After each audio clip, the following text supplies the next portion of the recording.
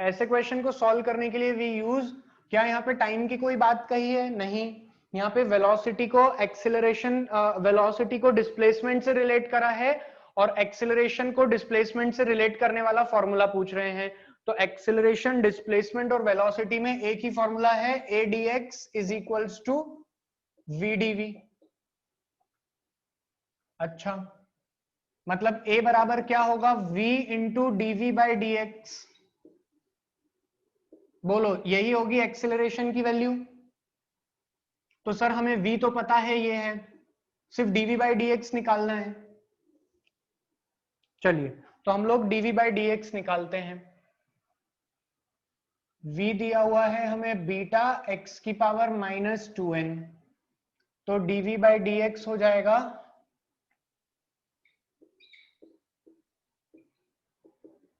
Beta -2n x की power -2n -1। बोलो यार, अरे x की पावर n का डिफरेंशिएशन क्या होता है? n टाइम्स ऑफ x की पावर n -1, वही करा है हमने। dv बाई डी एक्स की वैल्यू आ गई।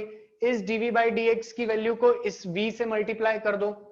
तो जब dv बाई डी एक्स और b की वैल्यू को मल्टीप्लाई करेंगे, तो पहले मैं b की वैल्यू लिखता हूं बीटा x की पावर -2n, अब dv बाई डी एक्स की वैल्यू लिखता हूं बीटा -2n x की power -2n -1।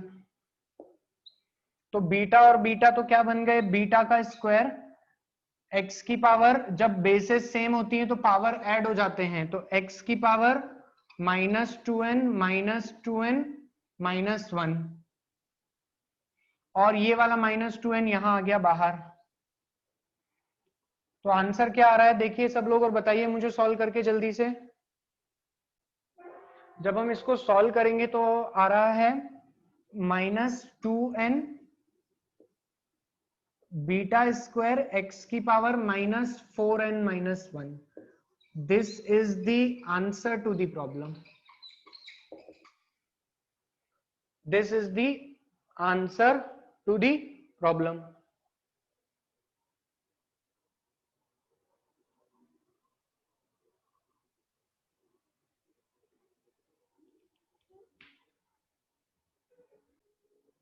The displacement of a particle varies according to the relation.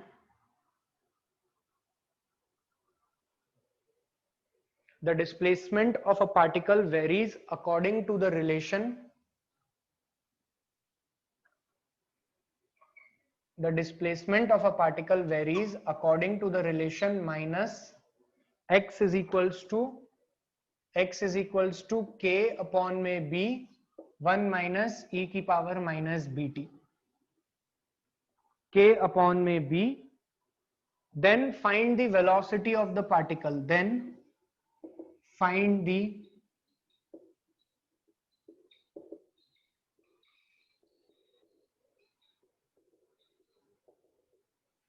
velocity of the particle. सभी लोग सॉल्व करें इसको। अच्छा निधि, ठीक है, मैं देखता हूं question. Position vector of the particle या displacement vector of the particle given है, तो डिस्प्लेसमेंट वेक्टर का differentiation with respect to time gives the velocity vector. ठीक है, ये पढ़ा है हम लोगों ने। अगर हमने ये पढ़ा है तो हम इसका यूज करेंगे। इसका यूज कैसे करेंगे? k अपॉन में b दोनों कांस्टेंट हैं, 1 का डिफरेंशिएशन क्या हो जाएगा? 0, क्योंकि कांस्टेंट है, माइनस e की power minus bt into minus b। So the answer is k by b, e की power minus minus plus bt into b। ये b और ये b कैंसिल हो गया। So the equation of velocity is k is equals to ebt, e की power vt। This is the velocity as a function of t. This is the velocity as a function of t. Is it clear to everyone? समझ में आया इतना अच्छे से? Correct कर लीजिएगा। It is e की power minus bt। Apart, there are two cars P and Q. There are two cars P and Q. There are two cars P and Q. the position vector of p is given as the position vector of p is given as at square plus bt square and position of q is given as ft minus t square. The position vector of p and q are given. The position vector p and q are given. At what time the two cars have same velocity? At what time the two cars have same velocity? At what time the two cars have same velocity? जिन बच्चों को इसके differentiation में doubt है, एक बार इत्मीनान से बैठ के सॉल्व करना, डिफरेंशिएशन बन जाएगा बेटा, ठीक है? एक बार इत्मीनान से सॉल्व करना, डिफरेंशिएशन बन जाएगा, आसान है। e की पावर माइनस e की पावर x का डिफरेंशिएशन e की पावर x ही होता था, मैंने e की पावर x ही लिखा है, लेकिन x में कोफिशिएंट आ गया है माइनस b, तो वो यहां मुझे लिखना पड़ेगा, चेन रूल।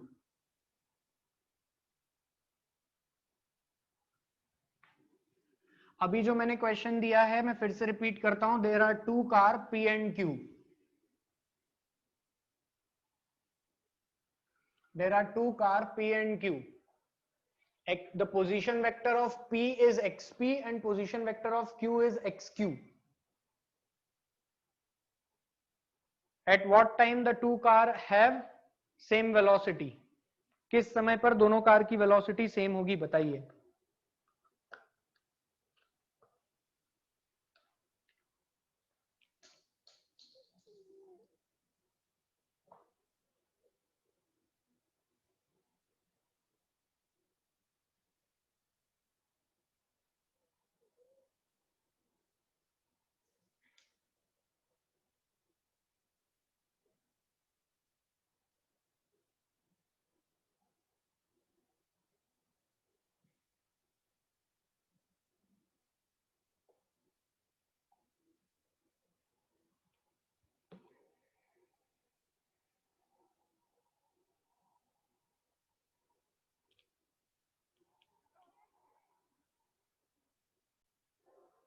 उसने हमसे कहा है कि किस पॉइंट पे दोनों की वेलोसिटीज सेम हो जाएंगी, यही पूछा है ना हमसे। तो पहले वेलोसिटी तो निकाल लो, इसकी वेलोसिटी का फंक्शन क्या होगा? सर वेलोसिटी निकालना है, पोजीशन वेक्टर दिया था, डिफरेंशिएट कर देंगे हम। जैसे ही हम डिफरेंशिएट करेंगे क्या मिल जाएगा हमको? 2at plus 2bt। इसके लिए क्या मिल जाएगा? f minus 2t। और उसने कहा है दोनों सेम होना चाहिए, तो vp बराबर vq। तो 2at plus 2bt f minus 2t। सब कुछ इधर ले लो, 2 common, 2a plus 2b into T minus 2t बराबर f बराबर f। तो ये क्या आ जाएगा? यहां से अगर हम सॉल्व करेंगे तो सर 2a प्लस 2b, तो यहां से 2 कॉमन ले लो इस पूरी इक्वेशन में से, 2 कॉमन ले लिया, a plus b minus 1t बराबर f। तो f बराबर क्या आ रहा है? f बराबर आ रहा है 2a प्लस b माइनस 1 बराबर t। इतने समय पे क्या होगा? दोनों गाड़ियां मिल जाएंगी। प्लस 2t क्यों होगा? अच्छा माइनस है, सॉरी सॉरी, माइनस है तो ये प्लस हो जाएगा बिल्कुल, तो ये प्लस हो जाएगा बिल्कुल। अब तो सही है, अब तो सही है यार। चलिए लिखिए इसे।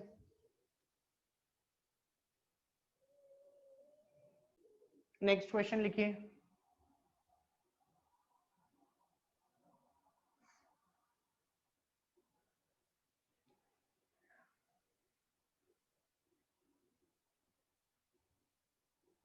नेक्स्ट क्वेश्चन लिखें सब लोग, लिखो a particle is moving with uniform acceleration along a straight line.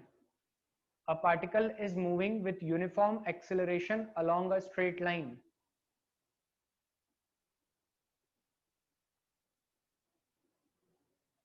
A particle is moving with uniform acceleration along a straight line.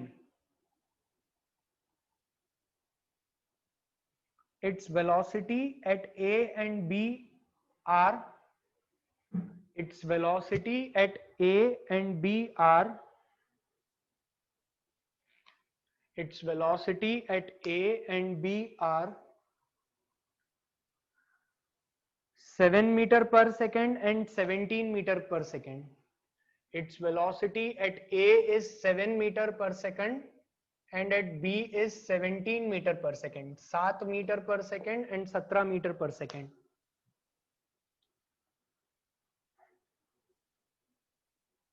Full stop. M is the midpoint of AB. M is the midpoint for AB. M is the midpoint for AB.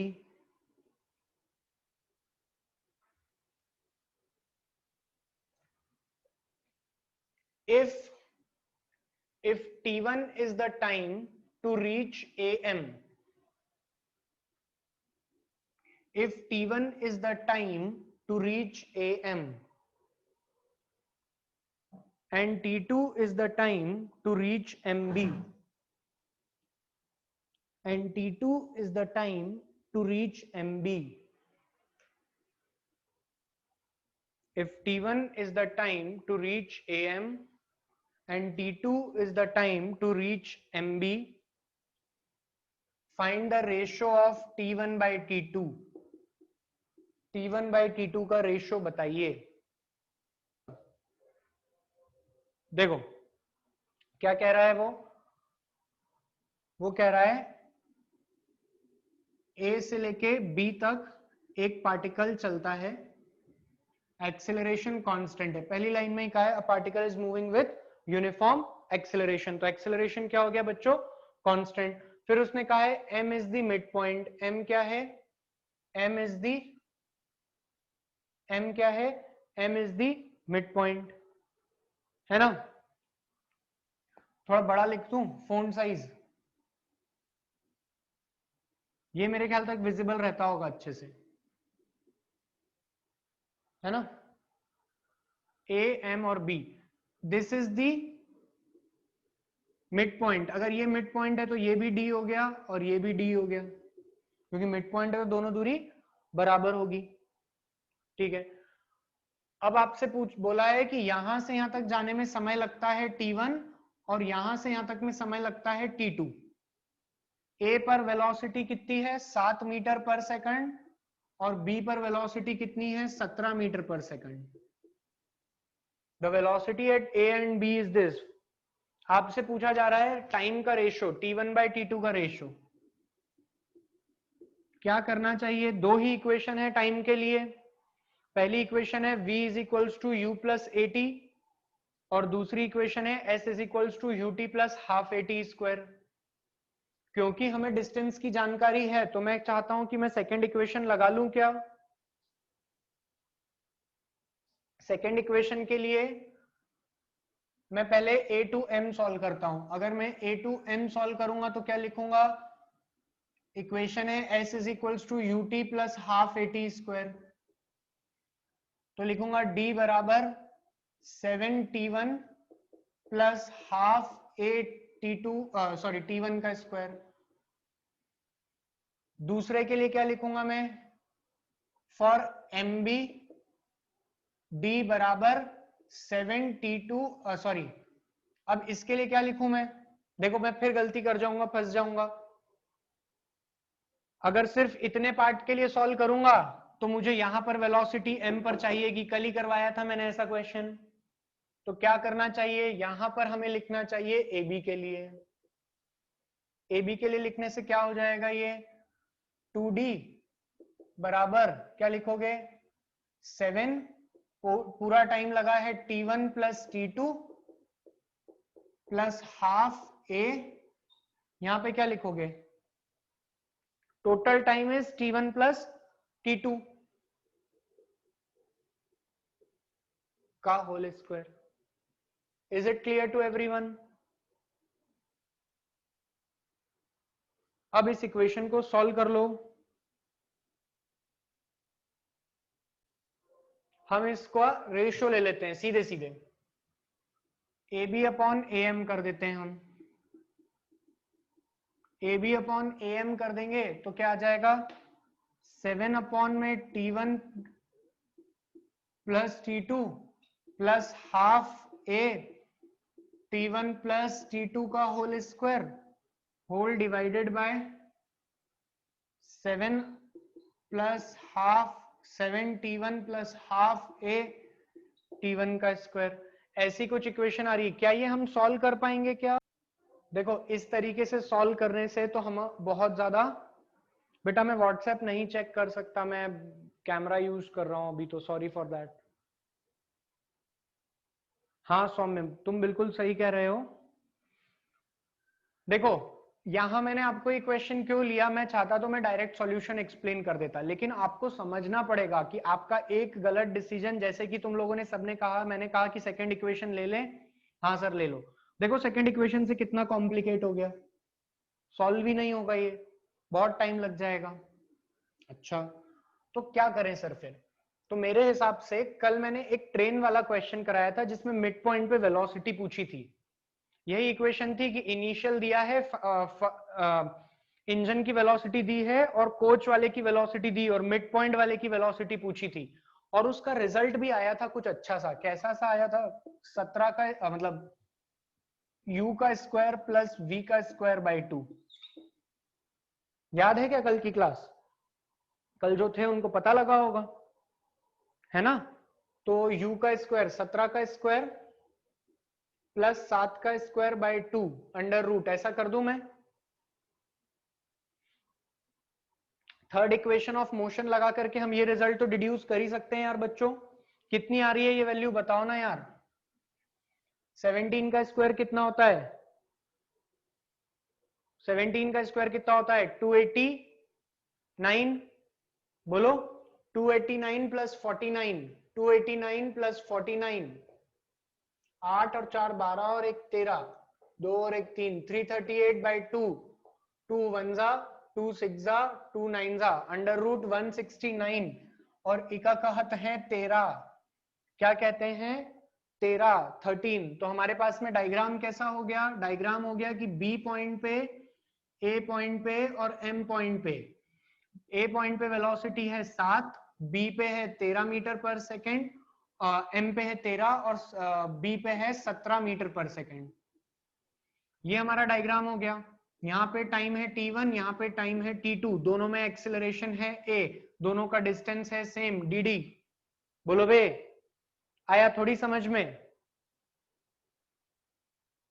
अब इसके बाद आगे क्या करना चाहिए? प्रांजलि बेटा यही step लगाई थी, वेरी गुड।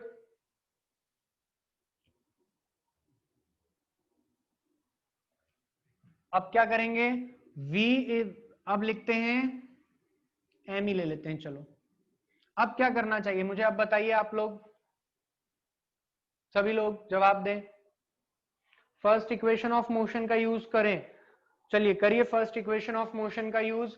पहले वाले केस के लिए करते हैं तो क्या लिखेंगे? पहले वाले केस के लिए हम लिखेंगे v is equals to u plus a T.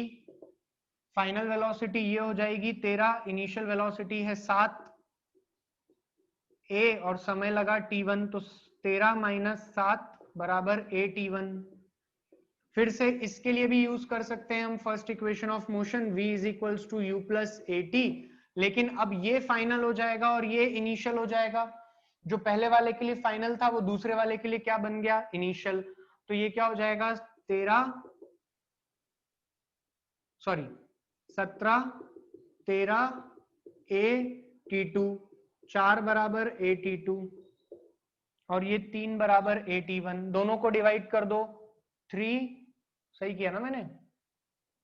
17 minus 6 आएगा ना? नहीं हाँ 7 और 5 12, 7 और 6 13, तो 6 बराबर 81 और 4 बराबर 82, इनको डिवाइड कर देते हैं तो 81 बराबर 82, 6/4, ये गया 3/2 और ये घट गया, तो T1:T2 बराबर 3:2। This is the answer. और ये एक ही स्टूडेंट थी जिसने मुझे बताया था। गुड बेटा, वेरी गुड, इसने मुझे बता दिया था आंसर, वेरी गुड। चलिए बाकी लोग लिख लीजिए, और कोई डाउट हो तो पूछिए। एक कॉन्सेप्ट और पढ़ेंगे, सब लोग देखना, मैं एक क्वेश्चन सॉल्व कर रहा हूं, एक क्वेश्चन की तरह ही सिखा रहा हूं। देखो, ये एक पार्टिकल है, ये एक रोड है, मोशन स्टार्ट होता है, यहां पे समय था t बराबर 0, ऐसे ही यहां पे कुछ हुआ, यहां पर कुछ हुआ, यहां पर कुछ हुआ, यहां पर कुछ हुआ, है ना। मान लेते हैं यहां जाते जाते n सेकंड हो गए होंगे, 1 2 3 4 5 6 7 8 9 करते करते यहां जाते जाते कितने हो गए होंगे, n सेकंड। कितने सेकंड हो गए होंगे, n सेकंड, है ना। ठीक है, यहां जाते जाते क्या हो गया होगा, n सेकंड हो गया होगा बेटा, ओके। अच्छा,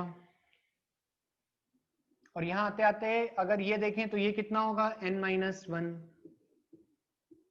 अरे तुम्हें समझ में आता है ना यार, n(n-1), अगर ये 4 होगा तो ये 3 होगा, ये 2 होगा क्योंकि ये n-2 हो गया। बहुत बढ़िया। तो एक गाड़ी चल रही थी, बढ़िया, चलते चलते देखो, जब गाड़ी चलती है ना, अभी n हटा रहा हूं मैं, गाड़ी चलती है, t बराबर 0 सेकेंड, ये t बराबर 1 सेकेंड, t बराबर 2 सेकेंड, t बराबर 3 सेकेंड, t बराबर 4 सेकेंड। आपसे कभी कभी ऐसा पूछा जाता है, what is the distance travelled in 4th second. Language को समझो, what is the distance travelled in 4th second. 4th second में तय किया गया डिस्टेंस होगा 3 से चालू होने वाला और 4th से खत्म होने वाला।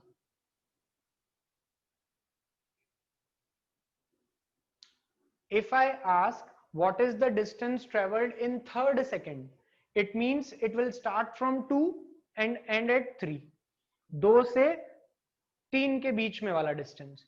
अगर पूछा जाएगा what is the distance travelled in 2nd second, दूसरे सेकंड में कितना चला, तो 1 खत्म हुआ और दूसरे की शुरुआत हुई और यहां आके 2 खत्म हो गया, तो ये क्या कहलाएगा, डिस्टेंस ट्रेवल्ड इन 2nd सेकेंड।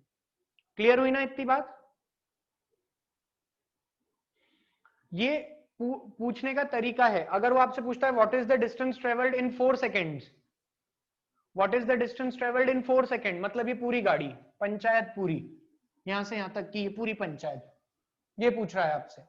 लेकिन अगर उसने वर्ड यूज कर दिया what is the distance travelled in 4th second, 4 second और 4th second, that is 4th th, ठीक है।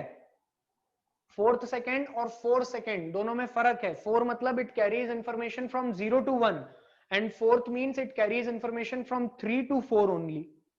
तो हम कैसे सॉल्व करेंगे सर, तो लेट अस सपोज ये 1 2 3 की जगह पे है, ये है n सेकेंड, तो ये हो जाएगा n+1 और ये हो जाएगा n-1, है ना। अब अगर उसने हमसे पूछ लिया, फॉन्ट बड़े कर लेते हैं,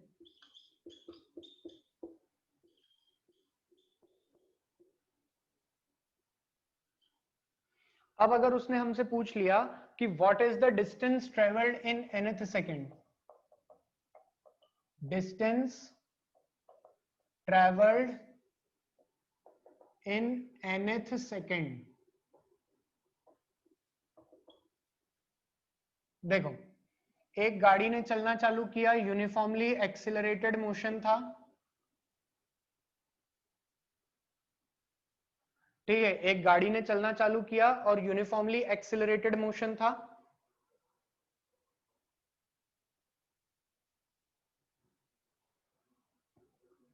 और ये चलना चालू हुई गाड़ी, जब ये गाड़ी चलना चालू हुई, आपसे पूछा है distance travelled in nth second, तो जो nth सेकेंड में डिस्टेंस ट्रेवल्ड हुआ होगा वो कितना होगा बेटा, सर n-1 से चालू हुआ होगा और n पर खत्म हो गया होगा, n-1 से चालू हुआ होगा और n पर खत्म हो गया होगा। हम इसके लिए कैसे निकाले फॉर्मूला, बताओ ना यार, क्या करेंगे? मान लो यहां पर इनिशियल वेलोसिटी u थी, मैंने जीरो नहीं मानी, इनिशियल वेलोसिटी क्या थी, ut।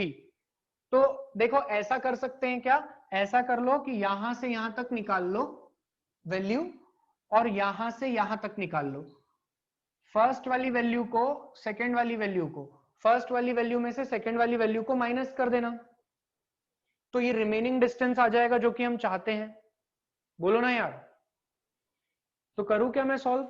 अगर मैं करूं तो मैं लिखूंगा for first equation s n is equals to, formula तो यही लगाऊंगा ut plus half a t square, so u into n, total time लगा n plus half a n square. ठीक है, दूसरे के लिए क्या लिखूंगा मैं? सर दूसरे के लिए लिखोगे आप एस एन माइनस वन, के लिए लिखोगे आप u n minus one plus half a n minus one का whole square. This is the second equation, this is the first equation. अब हमको 1 माइनस 2 करना है, क्या करना है? फर्स्ट इक्वेशन में से सेकेंड इक्वेशन को माइनस कर देना है, un plus half a n square minus u n minus one, minus यहां आएगा तो ये माइनस में बदल जाएगा, तो minus half a n minus one का होल स्क्वायर। चलिए इतना लिखिए, फिर हम आगे कंटिन्यू करते हैं, पहले इतना लिख लो, यहां तक हो गया।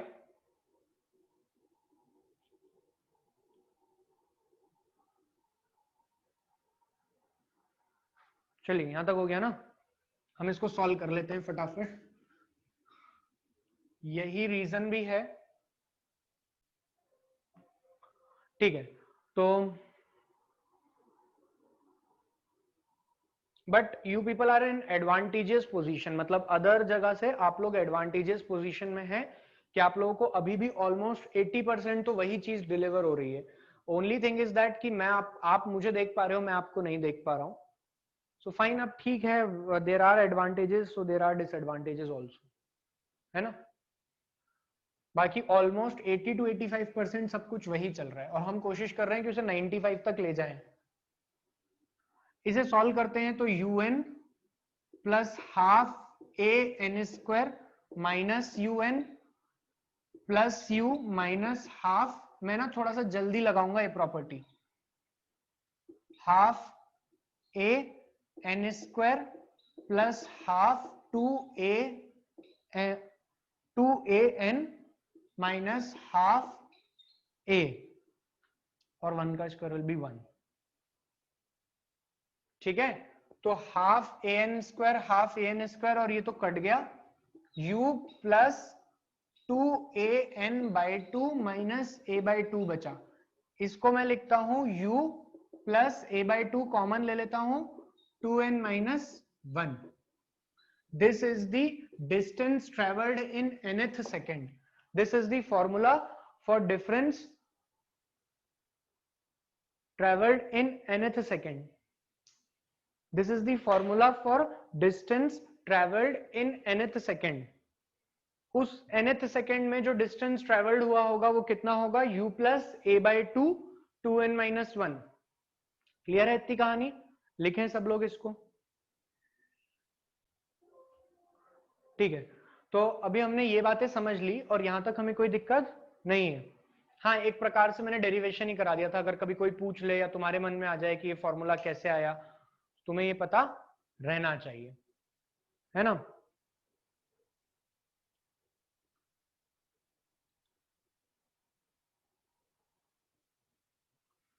चलिए तो लिखें, a particle travel with a velocity of, a particle travel with a velocity of 5 meter per second, a particle travel with a velocity of 5 meter per second,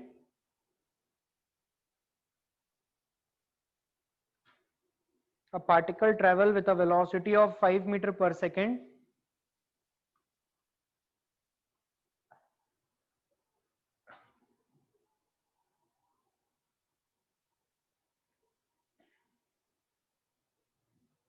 and having a acceleration of 1 meter per second square, and having a acceleration of 1 meter per second square, and having a acceleration of 1 meter per second square.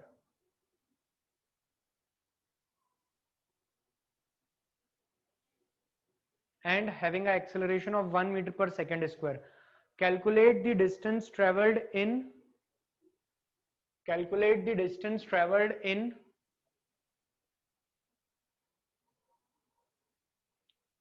5th second. Calculate the distance traveled in 5th second.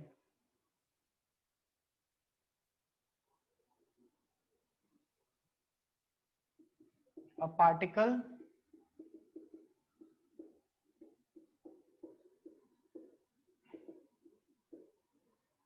कितनी दी है velocity? A particle moves with a velocity of कितनी दी है?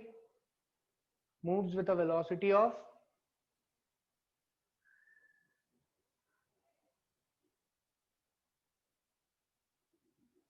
5 meter per second with an acceleration of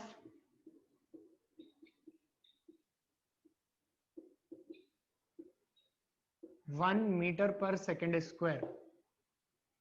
Find the distance traveled. Find the distance traveled in 5th second. Find the distance traveled in 5th second. चलिए बिना time waste करें हम लोग सीधे सीधे add करें, सीधे सीधे फॉर्मूला लगाएंगे. Distance travelled in nth second is u plus a by 2 2n minus 1. u की वैल्यू क्या है? u की वैल्यू है 5, एक्सेलरेशन की वैल्यू है 1 बाई 2, 2 5th सेकेंड बोला है तो 2 इंटू 5 माइनस 1. 5th n की वैल्यू दी हुई है. क्या दी है? 5th n की वैल्यू 5 दूनी 10, 9, 5 प्लस 9 बटे 2 4.5. 9.5 meter is the answer. This is the answer to the problem. Clear है?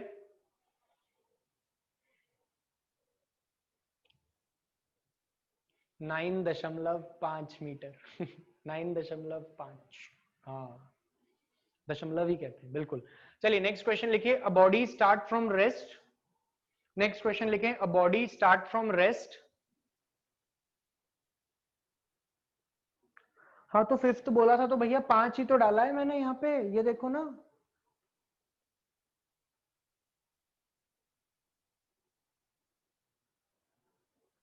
लिखें a body start from rest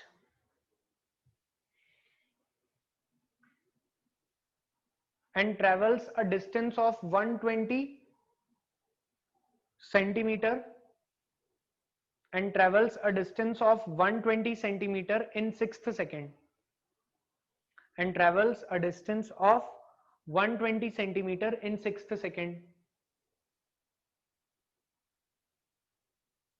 Find its acceleration. Find its acceleration. Find its acceleration. Question क्या है? मैं फिर से बोलता हूं. अ body start from rest and covers a distance of 120 centimeter in 6th second and covers a distance of 120 centimeter in 6th second. पूछा जा रहा है आपसे find the acceleration of the particle. Quickly solve करें, इसके बाद एक कॉन्सेप्ट और पढ़ेंगे. This is the last question. अब एक कॉन्सेप्ट और पढ़ के जाएंगे आज की क्लास में.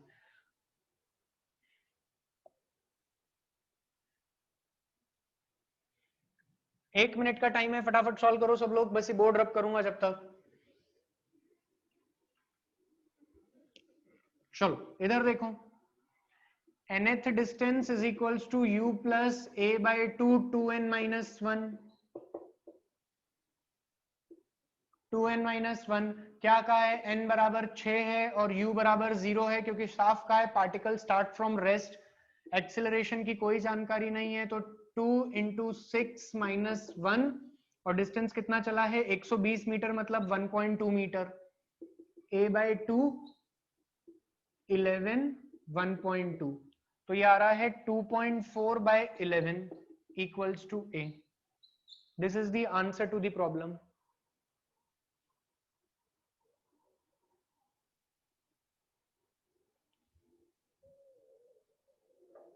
This is the answer to the problem.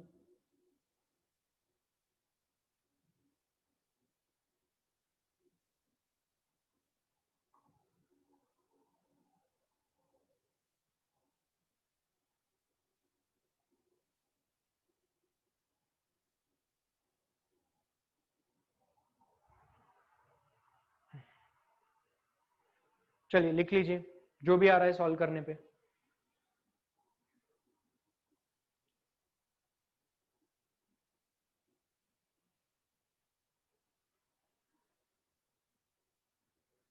ठीक,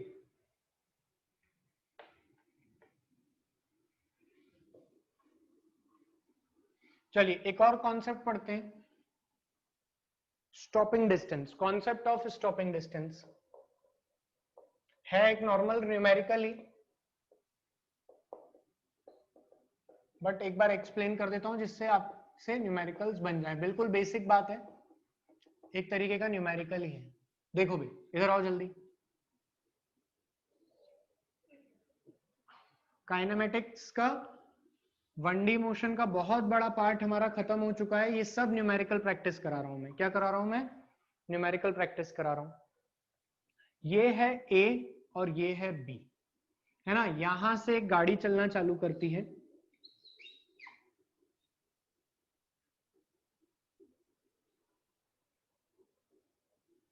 ये ड्राइवर बैठा हुआ है गाड़ी में, ठीक है, और ये गाड़ी इस दिशा में चल रही है। इस पॉइंट पे इसकी वेलोसिटी थी u, क्या थी? u। अचानक यहां पर एक बोर्ड दिखता है, स्टॉप। क्या दिखता है यहां पर? एक बोर्ड स्टॉप का। अब इसमें दो सिचुएशंस आती हैं, एक ही पार्ट है, मैं पूरा एक बार में एक्सप्लेन कर रहा हूं, ध्यान से देखना। ड्राइवर इस स्टॉप, अभी गाड़ी चल रही है, हाँ, u कांस्टेंट है, थोड़ी देर के लिए अपन ऐसा मान लेते हैं। ड्राइवर इस बोर्ड को देखेगा और ब्रेक लगाएगा।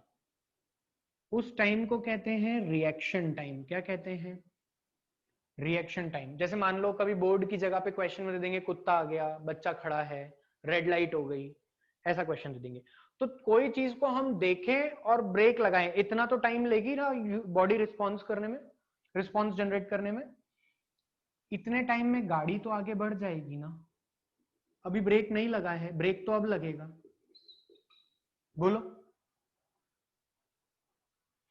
अब ब्रेक लगाते ही क्या प्रोड्यूस होगा? रिटार्डेशन, मतलब एक्सेलरेशन अपोजिट टू मोशन। तो यहां से, इस पॉइंट से, मान लो पूरी गाड़ी को मैंने यहां पे ले आया,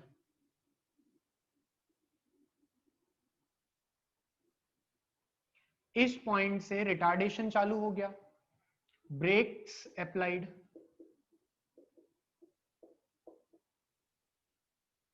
अगर ब्रेक अप्लाई हो गए तो यहां से यहां तक में क्या होगा? ए तो होगा बट नेगेटिव होगा। यहां जाते जाते गाड़ी रुक गई, इट मींस फाइनल वेलोसिटी क्या हो गई? 0। इट मींस फाइनल वेलोसिटी क्या हो गई? 0, है ना। तो हम एट लास्ट लिख सकते हैं कि यहां से यहां तक जाने में जो समय लगा वो था t। तो v² u² प्लस, मतलब यहां पर कुछ कुछ इक्वेशन हम लगा सकते हैं। बोलो, कुछ कुछ इक्वेशन हम लगा सकते हैं। ये समझ में आया पूरा डायग्राम क्या हुआ है? पहला क्वेश्चन, मतलब कभी कभी आपसे पूछा जाता है, जैसे कि मैं पूछता हूं, बताइए गाड़ी ने स्टॉप होने से पहले कितना चला? तो सर टोटल चली तो इतना है, इसमें चल गई S2, इसमें चल गई S1, इसमें चल गई S2 और इसमें चल गई S1। S1 कैसे निकालोगे? यहां तक तो वेलोसिटी सेम रही ना, यहां से यहां तक तो ब्रेक लगे ही नहीं थे। मान लो कांस्टेंट वेलोसिटी से मूव कर रही थी गाड़ी, क्या हो रहा था? कांस्टेंट वेलोसिटी से मूव कर रही थी गाड़ी, 10 मीटर पर सेकंड, 10 मीटर पर सेकंड, 10 मीटर पर सेकंड, 10 मीटर पर सेकंड, 10 मीटर पर सेकंड, और एकदम ब्रेक लग गया, ये कम होने लग गई वेलोसिटी, है ना, और यहाँ के 0। तो यहां से यहां तक अगर ब्रेक नहीं लगे तो हम सीधे सीधे फॉर्मूला लगा सकते हैं ना, s is equals to ut plus half at square, और एक्सिलरेशन था नहीं तो एक्सिलरेशन 0 है, तो s is equals to u t1 या tr ले लो। तो s1 कितना आ गया, s1 आ गया u इंटू tr। या कभी कभी पूछ ले what is the reaction time, reaction time कितना लगा, तो तुम चिल्लाकर कह सकते हो it is tr is equals to s1 by u। क्या ये दोनों पार्ट में कोई प्रॉब्लम है किसी को?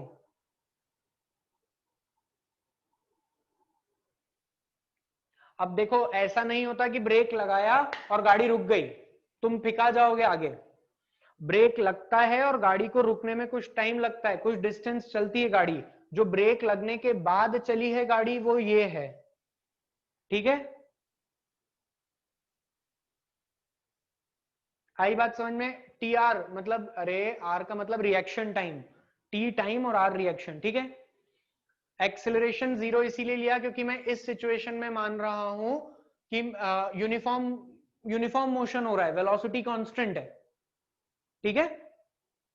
अब इससे आगे चलते हैं सेकंड पार्ट में। सेकंड पार्ट के लिए क्या लिख सकता हूं मैं? सर वेलोसिटी तो यहां पर u है। क्या है वेलोसिटी? u।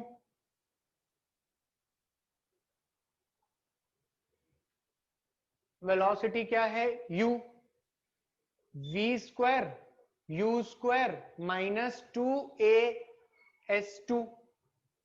s2 कितना आ गया? s2 आ जाएगा v स्क्वायर, तो 0 होना है final velocity, u square by 2a, u square by 2a। Clear हुआ? यहां से यहां तक में टी टाइम निकालने को बोल दे तो क्या लगा दोगे? v is equals to u plus a t, final velocity 0, u upon में a माइनस का था, इधर आ जाएगा u माइनस माइनस u, इधर आ जाएगा माइनस ए टी, तो टाइम कितना आ गया? u by a. बोलो, एक था रिएक्शन टाइम और एक था time to stop after applying brake, after applying brake, brake लगाने के बाद कितना टाइम लगा। और ये क्या था? Distance travelled after applying brake, brake लगाने के बाद कितना डिस्टेंस चला, distance travelled after applying break.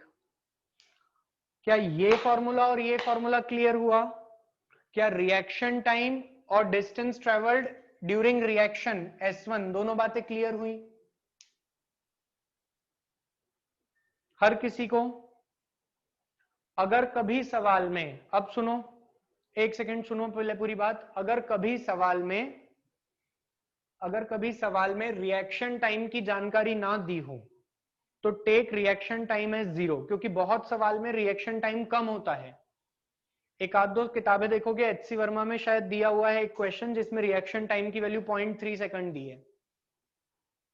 तो अगर रिएक्शन टाइम दिया हो तो यूज करना है, अन्यथा आपको यूज नहीं करना है, ठीक है? समझे सब लोग? बहुत ही आसान कॉन्सेप्ट था स्टॉपिंग डिस्टेंस, लेकिन इसमें इक्वेशन कौन सी यूज हो रही थी? इक्वेशन यूज हो रही थी, कौन सी इक्वेशन यूज हो रही थी? इक्वेशंस ऑफ मोशन, क्योंकि एक्सेलरेशन कांस्टेंट था।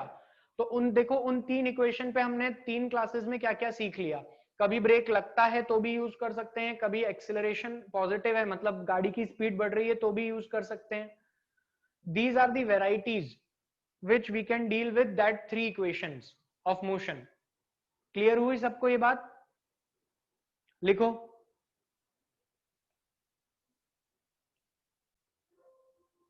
आपके पास में कभी भी कोई भी क्वेश्चन आए, आप एक बात एकदम इत्मीनान से याद रखें। पहली बात तो ये कि आपको क्वेश्चन पहचानना है क्या इक्वेशन यूज होगी, और इक्वेशन से पहले भी दिमाग में सोचो कि क्या ये कांस्टेंट एक्सीलरेशन का कॉन्सेप्ट है। If it is a concept of constant acceleration then recall the 3 equations of motion.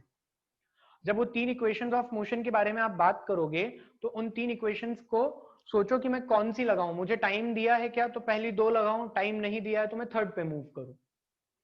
और अगर आपको पहले में ही दिमाग में स्ट्राइक हो जाता है कि यार इसमें एक्सेलरेशन कांस्टेंट नहीं है, तो फिर क्या लगाना चाहिए, वो तीन इंटीग्रेशन वाले function, a is equals to dv by dt, v is equals to dx by dt और a dx is equals to v dv। आप ऐसा दिमाग में माइंडसेट बनाकर बैठोगे ना तो आप क्वेश्चन प्रैक्टिस कर पाओगे। और अगर आप फॉर्मूले ढूंढोगे हर चीज में कि इसमें कुछ फॉर्मूला मिल जाए, इसमें ये लगा दूं, तो काइनेमेटिक्स टफ हो जाएगी। Is it clear to everyone? हर मासूम को ये कहानी समझ में आती है? किसी की आत्मा में कोई दुख नहीं है? कल की क्लास हम सिर्फ और सिर्फ क्वेश्चन करेंगे, और गायब जो हुए हैं उन्होंने कल अंजाम भुगत लिया है, एक बार और हो जाओ गायब, है ना? देखो, अगर आप ये सुन करके न्यूमेरिकल कर लेते हो इट्स वेरी गुड, बट अगर आप वाकई में न्यूमेरिकल को देखना चाहते हो कि क्या अप्रोच लगा सकते हैं जल्दी से निकल पाए, जिनसे ज्यादा टाइम ना लगे, तो एक बार आपको रेगुलर क्लासेस अटेंड करना चाहिए जिसमें कि न्यूमेरिकल प्रैक्टिस होती है। ठीक है, so this is all about today's class. आज की क्लास में हम यहीं तक रखेंगे। स्टॉपिंग डिस्टेंस मॉड्यूल के क्वेश्चन सॉल्व कीजिए। आप पूरा मॉड्यूल सॉल्व कर सकते हैं मोशन अंडर ग्रेविटी वाले क्वेश्चन के अलावा, जिसमें वो पत्थर नीचे फेंकते हैं ना। बाय मंडे हम लोग मोशन अंडर ग्रेविटी स्टार्ट कर देंगे।